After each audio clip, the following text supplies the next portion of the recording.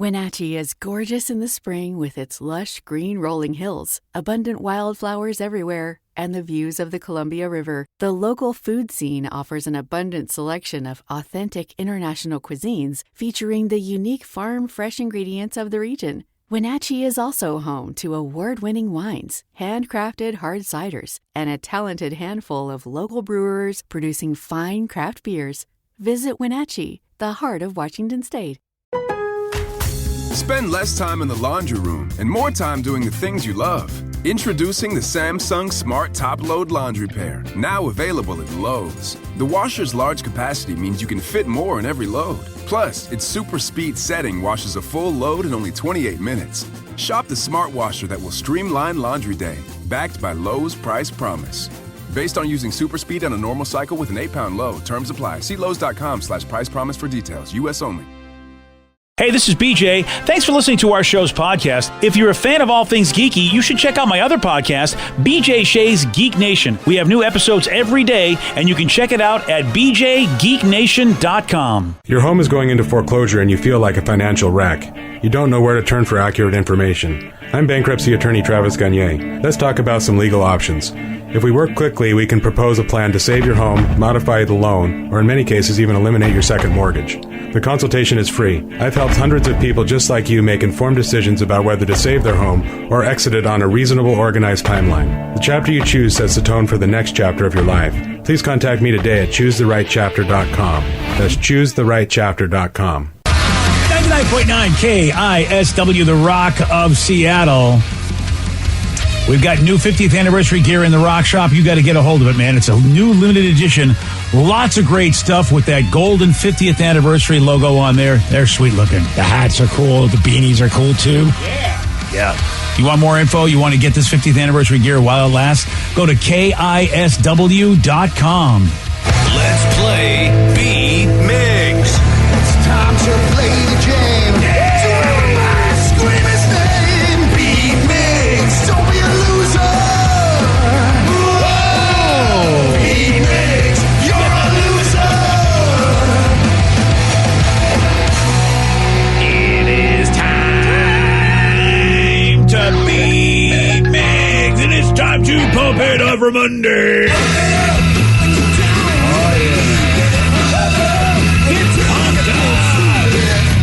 It is beautiful out there. Yeah. Hopefully that sun will get you some energy and make you forget about whatever the hell happened yesterday with the weather.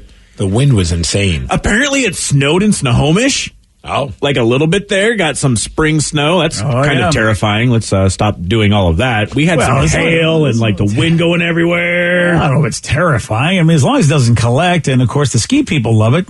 Yeah, but you don't want to ski in Snohomish, do you? Oh, well, I meant up in the passes. Okay. All right, fair.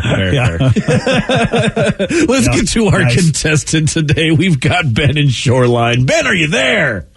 What's up, homies? What's up, Ben? Ben? What's up, Ben? All right, Steve, get out of here. Yeah. For those playing at home, Ben will have 60 seconds to answer 10 questions. Ben, you can pass all you want, but you will only get 3 guesses per question. Are you ready? Ready. What country provided most of the settings for the Lord of the Rings movies? New Zealand. Yes. What sandwich bread takes its name from the Italian for carpet slipper? Carpet slipper. Ciabatta. Yes. What late-night TV host played Ben in Fever Pitch? Jimmy Fallon. Yes. What company has a mascot named Poppin' Fresh? Oh, geez. Pillsbury? Yes. Cameron Diaz and Jason Segel starred in the 2014 comedy titled Sex What? Cells. No. Is awesome. No. Pass. In which state would you find the cities of Cheyenne, Laramie, and Gillette? Wyoming. Yes. Rita Wilson has been married to what actor since 1988? Rita Wilson. Pass. In which decade did seatbelts become mandatory in U.S. cars? 70s. No. 80s. No. 60s. Yes. What is the Unabomber's real name? Ted Kaczynski. Yeah. 1, 2, 3, 4, 5. I almost said John Krasinski. 1, 2, 3, 4, 5, 6, 7. Correct. No, it isn't John Krasinski, but they're at opposite ends of the spectrum when you think about like what he did last year. Oh my goodness! Yeah, right. Yeah. funny. Ooh, Steve's back. Yes, I am. Are you pumped up? Super pumped. Are you ready? Feeling okay, Steve? Yeah, feeling good. Oh, your voice sounds a little hoarse. It does. Oh. I blew my voice out snoring. I wish I had a We've better all been reason. That's the only thing I could think of, because on Friday I don't ever snore, but my wife says when you're super tired, the snoring comes out and it's like just tearing it up. And the next morning my voice is like, "Hey, how's it going?" And I was like, "What the hell happened?" She's like, "Well, you kept me up all night snoring." I'm like, "My bad, sorry." Oh, Little froggy there. Sound great. Are you sucks? So annoying, because it's like I feel fine, but I talk it like this. Yeah, you sound like hell, man. Hey kids, don't smoke cigarettes. Oh, jeez. Are you ready? All right. All right then. What country provided most of the settings for the Lord of the Rings movies? England. No. Russia. No. Italy. No. Which sandwich bread takes its name from the Italian for carpet slipper? Ciabatta. Yes. Nice. What late night TV host played Ben in Fever Pitch? Oh, that was an okay movie. I hate the ending. But Jimmy Fallon. Yes. What company has a mascot named Poppin' Fresh? Pillsbury. Yes. Cameron Diaz and Jason Segel starred in the 2014 comedy titled Sex What? Files. No. Sex tape. Yes. In which state would you find the cities of Cheyenne, Laramie, and Gillette? Wyoming. Yes. Rita Wilson has been married to what actor since 1988? Tom Hanks. Yes. In which decade did seatbelts become mandatory in U.S. cars? The 60s. Yes. What is the Unabomber's real name? Ted Kaczynski. Yes. The cerebellum is a part of what organ in the human body? The brain. Yes. And Steve, you win 7-9. I mean, Boom. 9-7. Oh, sorry, Ben. Well done. Hey, it happens. It does. I'll see you next Friday, though, Steve. Oh, this has been we're having our WrestleMania battle on Friday. When is WrestleMania? Not this upcoming weekend, but the following weekend. Okay, so Friday, I think, what is it, the 8th? I believe, or the 9th, one of those days in April. One of those, we're going to have Ben versus Steve in a WrestleMania wrestling showdown. Brother. Very cool. Very, very cool. But you lost today, Ben, so sorry about that. The only one that you missed, Ben did get correct. The country that provided the most of the settings for the Lord of the Rings movies was New Zealand. Yeah, and you can still travel to New Zealand and go hang out in a hobbit hole. Can't travel anywhere, actually. Well, I mean, okay, yeah. I mean, eventually, like, the hobbit holes are there, so when you can travel, you can eventually go visit the hobbit holes. Fair. Yeah, well, great. All right, then. Hey, some texters are saying it's snowing in Snohomish right now. Right now? Yeah, in Lake Stevens it's snowing. What? And 2 inches in Redmond. Wait, right now? Apparently. Well, look at how nice it... wait, no, they're messing with us. Those Steve, texters they're gotta totally be messing with us. 2 inches in Redmond? Yep. Look at... Like, I don't Look at know. Steve just reporting this like it's a dude. Yep. Breaking news. 2 inches in Redmond. Yeah, I don't there's know who not... Redmond is, but... Yeah. Oh, I see what you're saying. Hey-o. Yeah, there we go. Yeah, I don't think it's snowing anywhere. Someone says there's so much hail covering the road in Snohomish right now. Damn. Okay, see, now I can't trust anybody because it is sunny and glorious right now. It's so beautiful out there right now. Yeah, well, we're not in Snohomish. I guess or that's Redmond. true. You know, we're in... Okay, well, Snohomish, maybe. Yeah, I could entertain. It's a little different up there, convergence zone and all, whatever. But Redmond isn't that far away. The weather should not be completely different in Redmond, where they're getting snow while we're getting sun. Yeah, it's saying snow and rain and Snohomish In right Redmond? now. Yeah, and no, it's Snohomish. Precipitation 21% right now. 38 degrees in Redmond right now. Yeah. Whatever. Wow, that is freaky because it is gorgeous out here. Man, Well, I mean, you don't need to rub it in. They're dealing with what they're dealing with. It's just perfect out here. I mean, it's really, I'm ready to go out there and just run around naked. It's so beautiful. All right, well, Yep, sorry. So I said I was driving from Seattle to Burlington. I passed Snohomish. It was snowing on I-5. What? Marysville as well. Whoa. That is some snow in Kirkland, too. Okay, well, if they're saying Kirkland and Redmond, I mean, all right, I guess I got to believe it. No one's messing with us. I'm in Monroe. I'm picking up garbage, and I'm pissed. The roads are covered in snow. Wow. Okay. I mean, Monroe's a little deep. April's a couple of days away, and we're dealing with this crap. Yeah, I know, right. That's dude. what Well, I'm saying. remember, Puxatawny pain in the ass. He said this was going to be the way it was going to be. Wasn't there an opening day game a while back for the Mariners, and it was snowing that day? I remember there was a game that was snowing. I don't know if it was the Mariners. You're probably right though. But yeah, I do remember it snowing opening day. Yeah. Yeah. Well, congratulations. Well, we're playing San Francisco, which I don't know. Are we playing them here or there? I don't know if it's home or away. I believe we're here. All right. Well, then you know what? At least we got a roof. It's either way. It's cold. It's cold in San Francisco usually. Well, depending. They moved the stadium, so I think they got a new stadium, so it may not be the same place. But Candlestick Park used to be so cold in the summer.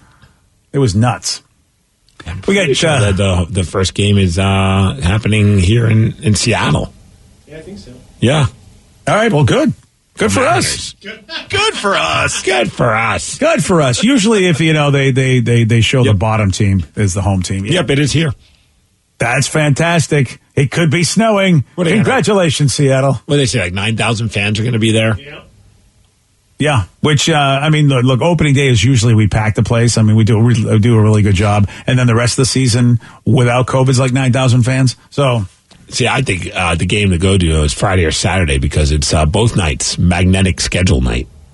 Oh. You need that good magnetic schedule. Yeah, the fridge schedule, right? Those are cool. Yeah. Yeah, they like hold up your grocery You're like, list. wait a minute. I could get a bobblehead. I could get a bat. I could get, a cool hat or a cool T-shirt.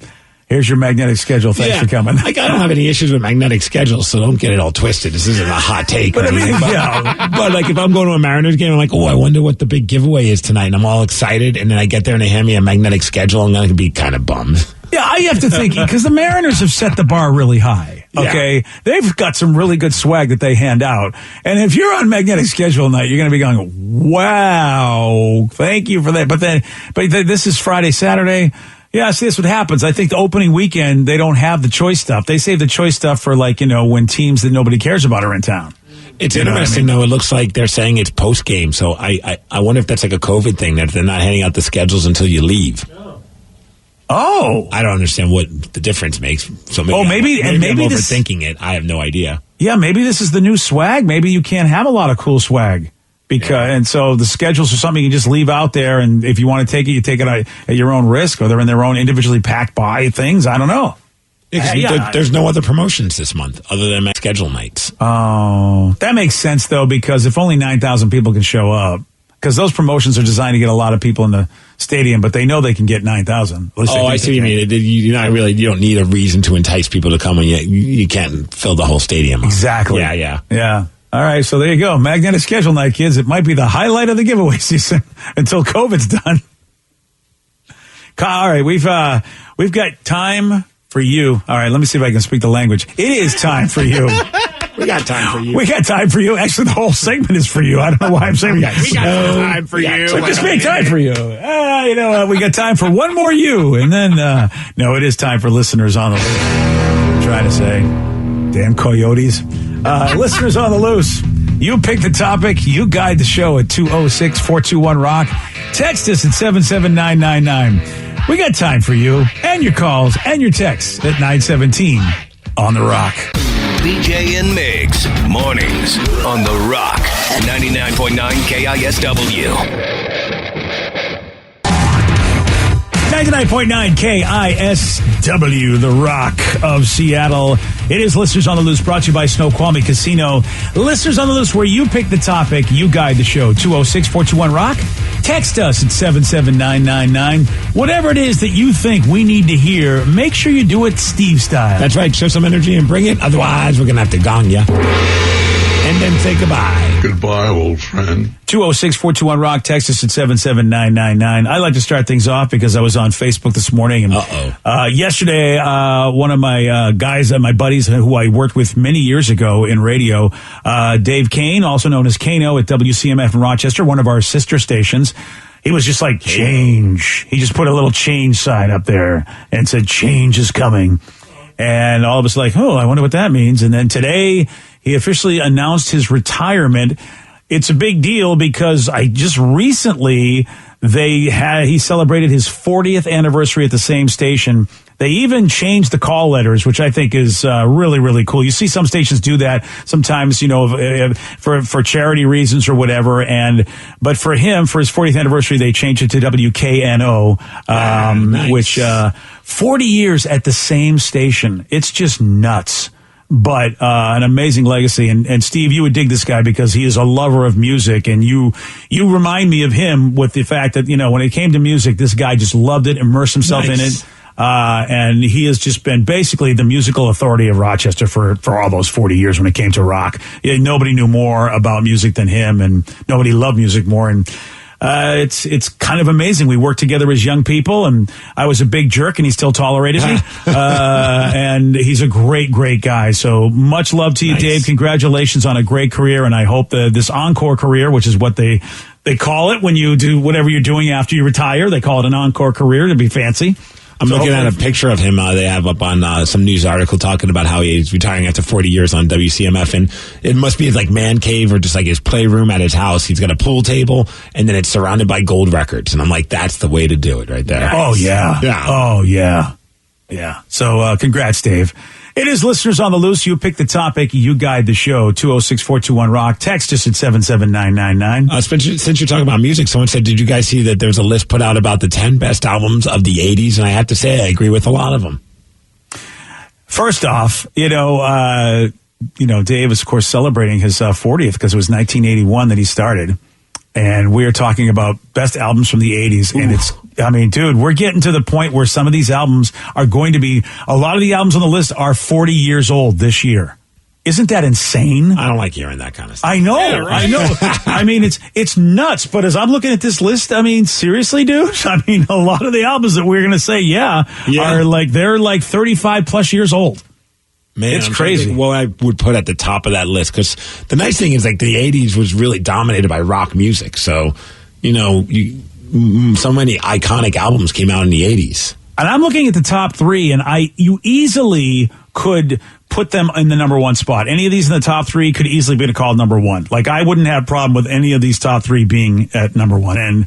And so what would you throw out there? Anybody got a guess of what they think the number one album of the 80s is? The self-titled record. From Winger, featuring the song 17. What? No. I got to imagine that's not even in the top 50. Probably not, right? Shocking. It's shocking to me. Number one for me would be Appetite for Destruction, Guns N' Roses. Oh, good call. Late 80s, but definitely in the 80s. Number two on the list. But as I said, Steve, it's one of those in the top three that if it was number one, I wouldn't argue. You're absolutely right. It deserves to be number one, and that's why I think they got it at number two. And when you find out what number one is, I think you could go back and forth to say which one is the better album, but I don't think you could argue with either one of those. And then even number three, the same thing. So, Danny, you got to guess. Are they all rock? I don't know if you said that. Are they all? Yeah, rock? I believe it's the best. Well, it said the best albums of the 80s. Ultimate Guitar came up with it. Put out by Ultimate Guitar. Okay, so you got to think that it's probably rock leaning because it's Ultimate Guitar. Okay, there's two albums in here that you really wouldn't call rock. To some degree, but maybe, I don't know, one album maybe, but even then it's really rock. It just depends on what you call rock. It's not ultimate saxophone. Sure. Yeah. Ultimate keyboards. No, the reason that I thought that is because I just think of the only album that I really know from my childhood was Michael Jackson's Thriller. Ooh. It is actually in the top 10. Oh, okay, good. I think it deserves to be. Yeah, 100%. Yeah. I just didn't know if they was specifically rock leaning. Yeah, but actually, as I look at this list, Danny, Steve is right. It's very rock leaning, but also Steve made a point. In the 80s, rock was huge. Yeah. So, so it very well could be deserved just because it was popular. Thriller number 7, which is interesting because some people would tell you that album was, because of its commercial success and pop success. Yeah. It could be considered the number one album of the 80s for that reason. We're not talking quality, even though it was good quality. But the success value of it, I don't know. Boy, that's a tough one, Steve, because we're not talking about dollars. But I feel like, Thriller had to be one of the most highest earning albums of the 80s. That's for sure. Did Thriller have Beat It on it? Yes. And that had Eddie Van Halen playing guitar. Yes. So that's kind of cool. Oh, Yeah. wow. That's Yeah, great. I mean, it had Beat It, it had Thriller, it had Billie Jean, it had PYT. I mean, really, there was so many hits on that album. Ooh, then we have to go. If we talk about Van Halen, 1984. That was number. They just made it. They made the number 10 spot. Yeah, right. Yeah. Doing good on Family Feud of rock albums. Good answer. Good answer. What about you, Rev? Yeah, I don't know if you guys will guess number 8 or number 9 on this list. I'll be very, very surprised. I was thinking, gosh, just because of guitars, probably like AC/DC Back in Black because of how iconic that is. And that is the one that rounds out the trifecta, ladies and gentlemen. Oh, actually, no, you don't know what number 1 is. You haven't guessed number 1, but you guessed number 3. But again, okay. Back in Black, which came out in 1980, but, really, so they just made the cut. But Back in Black easily could have been number 1 in my mind. Man, so we got Guns N' Roses, we got Back in Black. I'm trying to think of what's another iconic record from the 80s. Is it Bon Jovi? Oh, you are. When wet? I mean, I think you got to go a little harder, my friend. And you are going to be, I don't think, maybe you don't think this is in the 80s, which I think maybe that's why you're not thinking of this, because I would think you would totally guess this, Steve, 100%. Like, this would be the first album you would think of. Ooh. Outside of Appetite for Destruction with Guns N' Roses, because, I could see anybody going to that, too. Actually, this album that's number 1 came out a year before Appetite for Destruction. All right, now I'm torn because I feel like it's Metallica, but Metallica has 3 records that I feel could easily be in this, from their first record, Kill 'Em All, Ride the Lightning, or Master of Puppets. But I'm going to go with Master of Puppets. I was going to say, it's one of those 3. I was going to give you a clue. Okay. And Master of Puppets is number 1. I'm okay with that. Yeah, I mean, I have no argument with that either. Like I said, I think you could take the top 1, 2, and 3 and easily say that would be number 1. You wouldn't get an argument. To be honest, I've always said this, depending on the week, I mean, I'll have a different answer. Someone say, what's your favorite Metallica record? I will always rotate between those 3, even those 4 if you include Injustice for All. I think the first 4 Metallica records hit me in the same way, but, some days I'm like, I'm feeling Kill 'Em All way more than Master of Puppets. But Master of Puppets, from beginning to end, is just great. Now, I'm going to ask you about number 4, because I don't know if anyone's going to guess number 4. And Rev, you gave a guess. Danny gave. I think we've all given guesses. Mm-hmm. Yep. So I'm not a big fan of this band. So that's why I don't know whether or not this is legitimate over Thriller from Michael Jackson. Since we're just talking about albums, and we didn't just say rock albums, but we said album of the 80s, best album. Do you believe Number of the Beast by Iron Maiden deserves to be ahead of Michael Jackson's Thriller? It's just for album, not for rock album. I would put it ahead of it, but okay, because I don't know enough about Iron Maiden to say. But I'm not a big Michael Jackson fan, and I do appreciate a few of the Iron Maiden records, and that record is so. I mean, my brother would play that all the time. He was a huge Iron Maiden fan, which I fell in love with them as well because of that. But that album is really good. And Run to the Hills is such a good song. It's so amazing. And then Number of the Beast also. Sex, the number of the beast. So the number 5 again, because these are 5 and 6 are also ahead of Michael Jackson. I'll give you a clue with one of them. We just lost one of the members of their band, and the other one is more than just a rock star. He also was a TV star. David Hasselhoff. David Hasselhoff. Yes, ladies and gentlemen. Those are 2 different clues. One of them is we lost a member of their band just recently. Did Van Halen. Recently. And it's not Van Halen, so it's not it's not super recently. Now I'm thinking maybe it was over a year ago. Now that I think about it, because I think we might have just celebrated the anniversary of this person's death. Oh, Rush, Neil Peart. There you go. Peart, yes, or Peart. Sorry. Yes. That's right. Moving Pictures, Rush's Moving Pictures album, considered the 5th best album of all time in the 80s.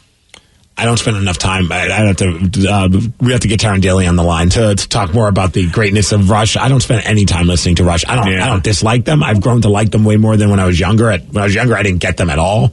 When it comes to rock, I don't disagree with this at all. Again, is it better than Thriller if you're just talking about the best album of the 80s? I mean, I don't know. Maybe somebody who's really a music expert, like you said, like Taryn, could say, well, here's mechanically why it's an amazing album as opposed to what Michael Jackson did. But they're asking their readers of Ultimate Guitar. I'd imagine most people who are reading Ultimate Guitar aren't obsessive Michael Jackson fans. It's still cool that then somehow Michael got the nod. You know what I mean? It's impressive that he was even considered because of that. So number 6, of course, this we know this guy. He's British. And he's, he's not just a rock star; he's a TV star. I just made my mind at one day. That's right. Out of my mind. Blizzard of Oz, considered the 6th best album of the 80s. That's not even my favorite Ozzy record from that time. Like Bark at the Moon, I loved so much more. Yeah, I'm a little surprised that it's that high up, but okay. Oh, Crazy Train's on that. I thought the album was named Crazy Train. No. I never even realized that. Okay. And maybe that's a big part of it because of Crazy Train. It could be, because, now you hear that song all the time. Prince's Purple Rain came in at number 8. I could see that. I mean, the guy was just incredible on the guitar. Yeah. This one is a surprise to me, but maybe because I believe Brothers in Arms did have Money for Nothing on it, if I'm not mistaken, from Dire Straits. I'm pretty sure that is the album that had Money for Nothing. Yeah, I think you're right. Yeah, so, and it's got a great guitar riff in it. There's no doubt about it. So, and of course, Van Halen's 1984 at number 10. So there you go. Those are your top 10 great bands from the 80s. I'd replace a couple of them, but I don't hate this list either. I'm kind of with the listener. I mean, that's a pretty solid list of great records from the 80s. Yeah. I mean, there's just so many records. Of course, it's going to be impossible to break it down to 10, but I think they did a pretty good job. Me too. You pick the topic, you guide the show. It is Listeners on the Loose, 206-421-ROCK. Text us at 77999. More of your calls and more of your texts at 933 on The Rock. BJ and Migs, mornings on The Rock, 99.9 KISW. 99.9 KISW, The Rock of Seattle. It's Listeners on the Loose. You pick the topic, you guide the show. 206-421-ROCK. Text us at 77999. Oh, we got a question for Danny. Hi. Hi. What's up? They just want to say hi. No, okay. They said my new girlfriend is a Disney fanatic. I have to buy her Disney things for her birthdays and stuff like that, or otherwise she doesn't even like it. So what made you love Disney so much, and how much is a 3-day weekend at Disney World going for these days?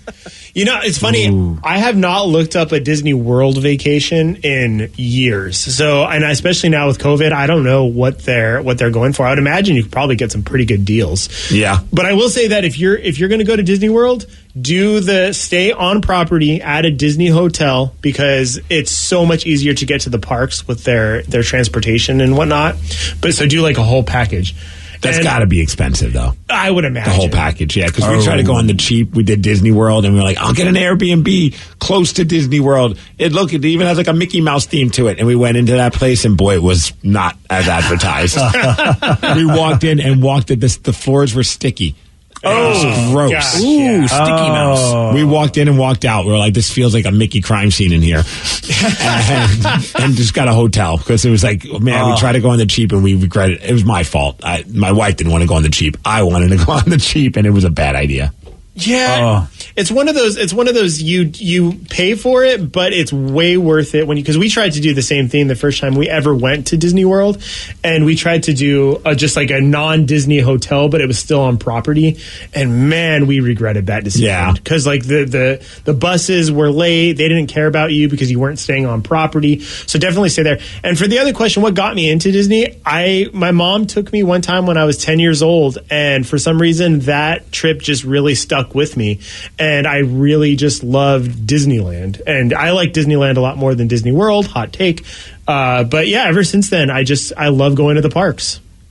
Man, that's cool. Your mom took you there. Yeah, I know, right? Yeah, they took me to Action Park, which if you ever seen the documentary, it's basically like they're trying to kill their kids. They loved you. Yeah. Yeah, and don't forget they took you to Hershey World, which was so wonderful. Hershey World, Hersheyland, Hershey Park. Yeah, I think it's Hershey Park. Yeah. Chocolate City. Yeah, take me down to Chocolate City. Yeah, and I've been there, and it really is no Disney World. It sounds amazing, though. Hershey. It's a cool little trip, but it's not Disney World by any stretch of the imagination. Yeah, okay. When you keep being told one day we're going to take you to Florida and go to Disney World, and every year it's like, we're not going, but we're going to go to Hershey Park. You're like, F Hershey Park. It's probably why I don't like chocolate. Fair. Yeah. Boy, they scarred you at a very young age. They really did. It's Listeners on the Loose. You pick the topic. You guide the show. 206-421-ROCK. Text us at 77999. Someone just texted in wondering if anyone watched the Mighty Ducks on Disney, and if so, what'd you think of it? We did. Oh, yes. I saw, I of course, I was watching other stuff, but I saw all of the advertisements for it. And I am excited to see if, in fact, they capture the magic for you guys.